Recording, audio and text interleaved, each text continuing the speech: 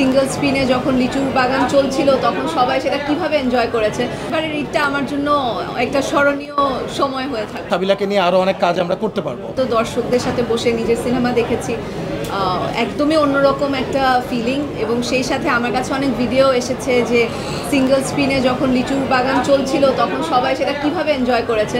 So অবশ্যই এবারের ঈদটা আমার জন্য একটা স্মরণীয় সময় হয়ে থাকে। আমি আপনাদেরকে একটু জানাতে চাই, লিচুর বাগান তো একটা গান। আপনারা যদি সিনেমাটা দেখেন, সাবিলার পারফরমেন্স দেখেন, তাহলে আপনারা মুগ্ধ হবেন।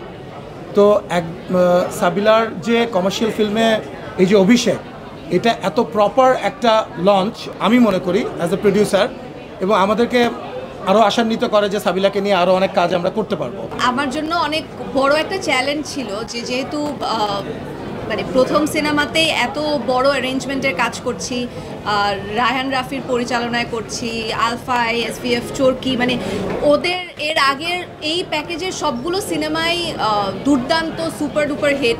সো এখানে আমি হচ্ছে একমাত্র নতুন একটা এডিশন।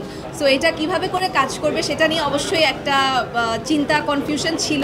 বা দর্শকদের রিয়াকশন পেয়ে, দর্শকদের ফিডব্যাক পেয়ে আসলে ভীষণ খুশি, খুবই ভালো লাগছে। এবং সবাইকে আসলে একটা থ্যাংক ইউ দিতে, এত সুন্দরভাবে আমাকে ওয়েলকাম করেছে বিগ স্ক্রিনে, এবং আমার এবং মেগা কেমিস্ট্রি পছন্দ করেছে। সো ডেফিনেটলি এটা আমার জন্য আসলে অনেক বড় একটা অ্যাচিভমেন্ট। এটা ভয় ছিল যে আচ্ছা কীভাবে নিবে বা গানটা বের হওয়ার পরে, বাট এত ওয়ান্ডারফুলভাবে আসলে তারা জিনিসটাকে রিসিভ করেছে বা এনজয় করেছে, এবং নিজেরাই নিজেদের জায়গা থেকে শেয়ার করেছে, সিনেমা দেখার প্ল্যান করছে। সো এটা অবশ্যই আমার জন্য একটা মোটিভেশন। যখন ফ্যামিলির সাপোর্ট থাকে তখন আসলেই কাজ করার একটা ইচ্ছাটা আরও বেড়ে যায়, বা ভালো কাজ করার জন্য একটা মানে মোটিভেশন কাজ করে।